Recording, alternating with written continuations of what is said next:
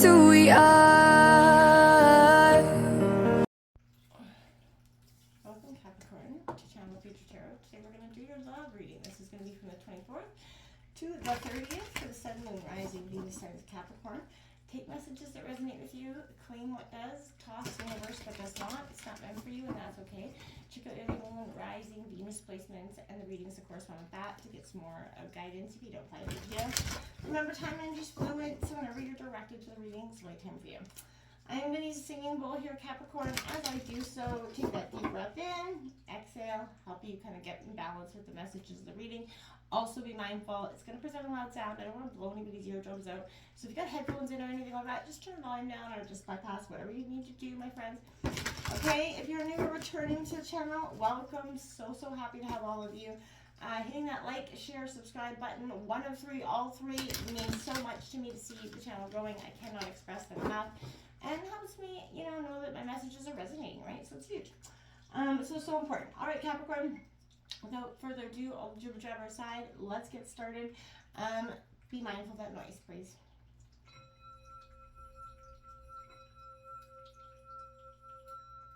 Peace, love, health and wealth, Capricorn. What's coming in for love for you this week? Coming into the pre-shuffle of your reading, I feel like I kept hearing if it was easy, it wouldn't be worth it. And I feel like that's how, your kind of mindset maybe has been for some time. But in terms of love, it doesn't have to be hard either, right? And I feel like sometimes we get in that mindset that, chasing the struggle or chasing what's elusive. And sometimes it's just, it becomes too much, right? Love requires work, but it shouldn't be like literal work, right? And if it does feel like literal work, then, obviously relationships take work, but it shouldn't feel like a job, right? If you know what I'm saying? So that's kind of the energy I feel like coming in. What's coming in for Capricorn in terms of love?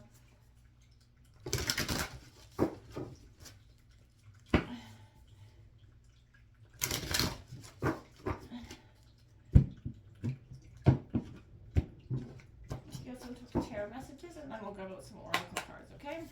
First card out, look at that. That's opposition, Seven of Swords card coming out, Gemini, Libra, Aquarius energy.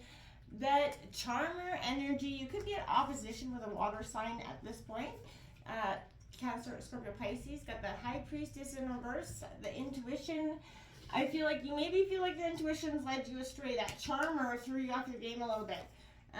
Then we've got that Princess of Swords, the messenger coming in reverse, maybe the lack of messages coming in. And we have, look at that, good card there, that Nine of Cups coming out, fulfillment. The message that, the clarity, that Six of Shells that comes in, somebody from the past could be bringing in this message here for you. There is a sense here where I feel like you were in opposition with yourself, whether you were struggling in some ways to walk away from a dynamic, to stay in a dynamic, but this charmer energy threw you off your intuitive game a little bit. They made you feel like you couldn't see what was right in front of your eyes, right? And there's a message, I feel like, that either you ignored, those red flags or something there that you didn't heed the warning of. Now, I feel like beyond that, the message of fulfillment's right in front of your face. The Nine of Cups is coming in for you. The universe is going to set this energy right, I feel like, because, you're starting to step back, get that different perspective, maybe. Coming in for Capricorn in terms of love. What's coming in for love? Okay, already. We won't take that pile because that was crazy. We will take out the ones that flew by themselves. We've got 31, sexuality here coming out. And 14, forgiveness card coming out. Again, that path to forgiveness is often a hard one, right? And it doesn't come with no easy, hard one self-battles, because in order to forgive somebody else, you have to look at, parts of you that allowed that hurt to begin with. Not saying it's your fault, but you look at the parts of yourself that maybe, And for some of you that had no concern, somebody was just, downright nasty to you.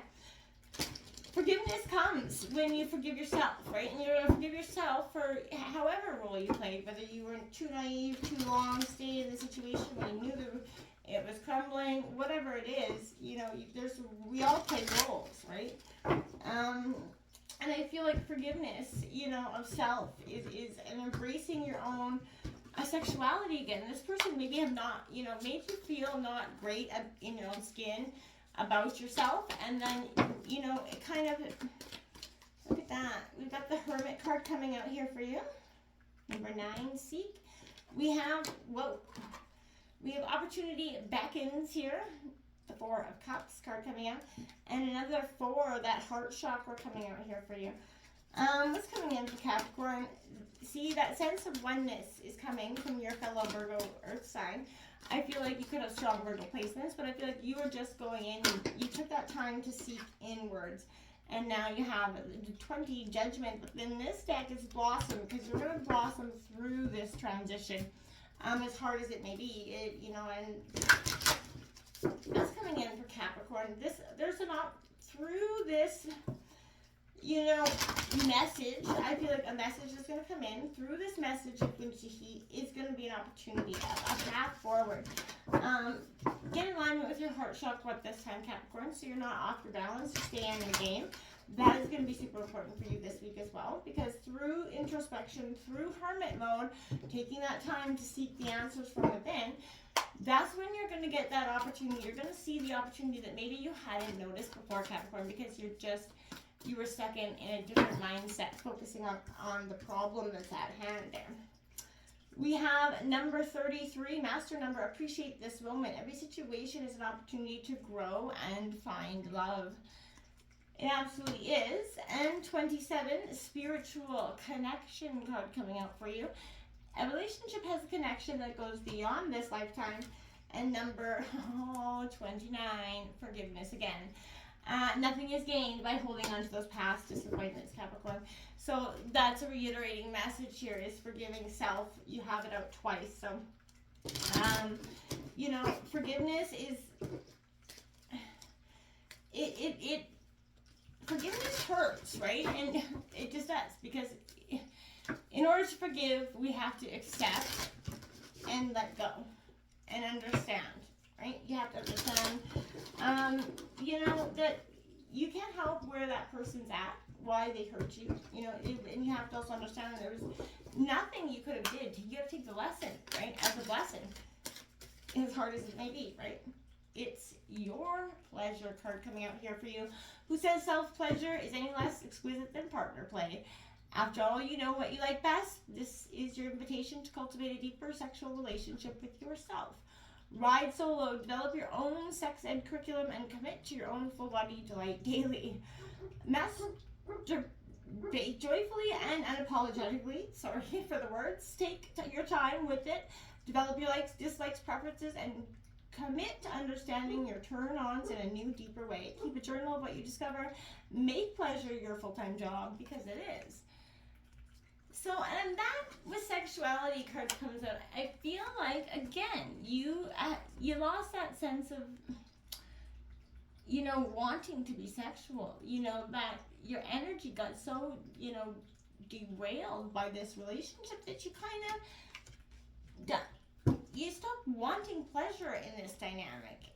That might not resonate with everybody, but I feel like that is really, really kind of, because those two cards kind of coming out together, I feel like that's a sense of what is kind of really repeating itself here for you, is that sense. Now, I want to go here. We're going to start with forgiveness. We're going to start, when you forgive yourself and others, you create more space for love to flow in. So the quickest, simplest way to reconnect with your sense of personal worth is to let love back into your life. Forgive yourself completely. You don't even have to know what you're forgiving yourself for, right? The strange thing about guilt is that you carry it without even realizing it. And it's often about trivial or long forgotten events, right? As you repeat the mantra, I feel like that is coming here. I feel like it's going to be very powerful in a sense, right? Letting go of these old energies is a relief, and this just darkness is going to disappear. It creates space for that good, positive energy for you to come, like, just following through. So I want you to say this mantra: I forgive myself, I forgive myself, I forgive myself, I am forgiven.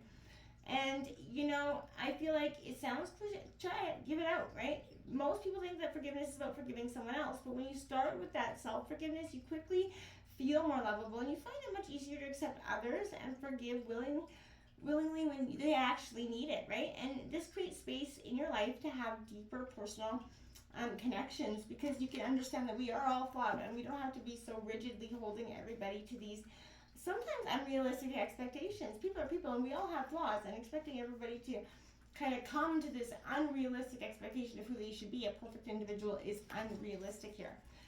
Sexuality blossoms in that atmosphere, right, of trust, intimacy, love, and friendship. So the natural rhythms of sexuality are sadly misunderstood in our today's culture, right?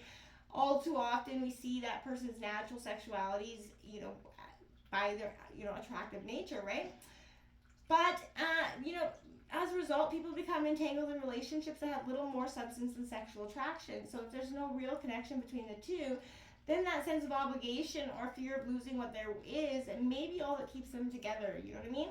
So the situation is simply not good enough. So sexuality has its own beautiful rhythm if you are prepared to listen to it. But a natural caution and healthy boundary will reserve and guide you when the time is right to connect yourself. But you know what I mean? Contrary to popular belief, sexuality does not automatically fade as the relationship continues. Imagine your sexual energy as blossoming, because you work at it, you connect, it should increase and not decrease in any way, shape, or form, right? Not saying that relationships don't have highs and lows, and you're not going to be, you know, making love like monkeys every day. But you know what I'm saying? In an existing relationship, if you're, you know, you're required to listen to those natural rhythms instead of allowing your, you know, routine to dictate your life. So take a second honeymoon, start afresh, but connect in the mornings, afternoons, rather than, you know, after long that busy day. But remember, you are manifesting a partner, if you are manifesting a partner rather, or with someone you have, it's up to you to heed this call from your heart, body, and soul to give some sexuality and respect and attention it deserves here in this dynamic and within yourself, okay? Very powerful. This Hermit card coming out, seek, you know, this is understand, retreat, guidance. You know, sometimes individuals become so involved in a relationship or in wanting that relationship that all perspective's kind of lost. And that relationship becomes their world, and they lose sight of themselves. This is time to take that step back, either from that relationship or from the desire for one. Go on that quest to rediscover yourself. There can't be a we until there's a me.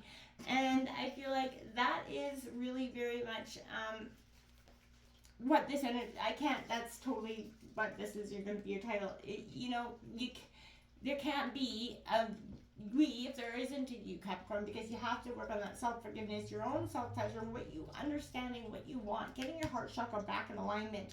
And that's when you're going to blossom in love and light, because you're going to see the power of passion, the power of yourself, because you're letting go of all those rigid constraints that you have on your heart. You know, essentially, all this checklist of requirements that you have to have in this partner and yourself. Drop those energies and just kind of focus on what you need internally. Go within and do the internal checklist, and then go outward. And I feel like your checklist will be different when you do. You know, you can't work on a relationship to build a foundation if your core isn't quite right yet, is what I feel like. So go practice some forgiveness. You're going to get your fulfillment, your dream come true in love, but you have to follow your intuition and go within. Stop being in opposition with your heart. Until next time, namaste.